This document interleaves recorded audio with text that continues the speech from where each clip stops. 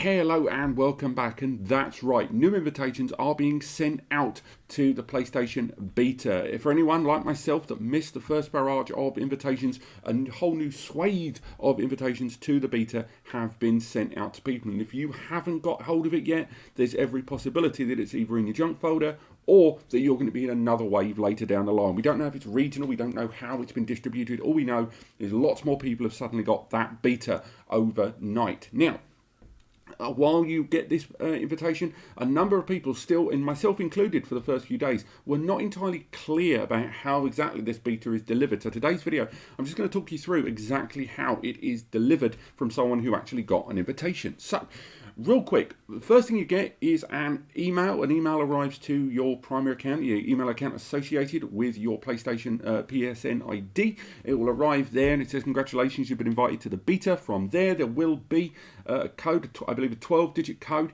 is included inside that email. From there, what you need to do from the email is log into your PlayStation, go into the main PSN XMB menu, then go into the PlayStation Store. From there, go to the top right to the three little dots up there and select the More option. From More, there will be the option to redeem a code. Redeeming that code there, enter that code that you've been sent by email. It's a one-time use code. Enter it into there, click confirm, and it will invite you to redeem your PlayStation Beta there. So click redeem, nothing gets downloaded yet, it just redeems that you've got access to it, and then it clicks a little setting inside your PlayStation to enable the beta mode. So from there, go into the settings menu on your XMB, and from there go into the system option, and from the system option, go to system, software, update and settings. It's a long old one, but it's right there, and a new option should have appeared regarding the beta for you to upgrade to the beta update. There will be terms and conditions to walk you through it, and once you do go through the T&C and confirming, it will then start to download the 913 megabyte software update.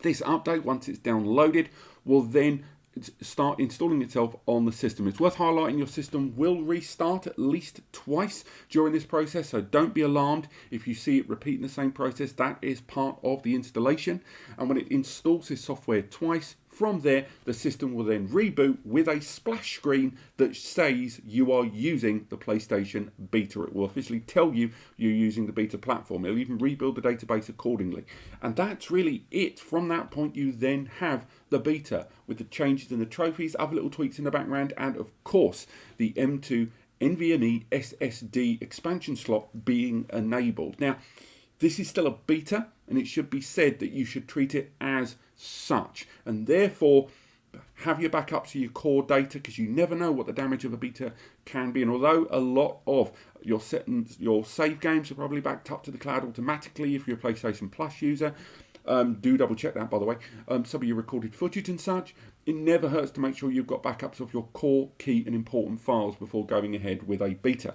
If you are using the beta and you're finding it slightly unstable, or you're utilising the beta and you're still feeling you're not sure and you want to reel it back in, head back into the system, software, updates and settings menu like you're in before, and from there you can go ahead and select an option to stop using the beta, and then it will roll your system back to the pre-beta firmware. So again, it's up to you how long, or if you want to use this long term. And again, a number of you that have either gone out and bought SSDs already, I know during things like Prime Day and Black Friday last year, a lot of people bought the SN850 and the Samsung 980 when they were around in order for upgrading their system. Have been sitting on the SSD for the better part of half a year or more. So I know a number of you are going to want this beta update and stick with it. Just make sure you treat it like a beta. That's about it for this video. Again, not really as in your face as my other videos. I know you guys hate it when my hands are around the PlayStation. Sorry about that. It's just the way I am. Do click like if you enjoyed the video. Subscribe if you want to learn more. And of course, take advantage of the links in the description to lots of guides, lots of compatibility lists, and lots of help for not only PlayStation stuff, but data storage, backing up and keeping your key data as safe as possible, and the free advice section, of course. I'm going to be bench testing all of the SSDs. Some of them have already gone live at the time of this video, and I will also be bench testing subpar NVMe's as well. And by subpar, I mean PCIe Gen 3 SSDs, or SSDs that simply have a less than recommended minimum, like the FireCuda 520, not the 30, the 20, which is a PCIe Gen 4 SSD, but with only 5,000 megabytes per second, it is under the recommended threshold of 5,500 megabytes sequential read. So it's going to be interesting to see what this system does with this SSD. But thank you so much for watching, and I shall see you next time.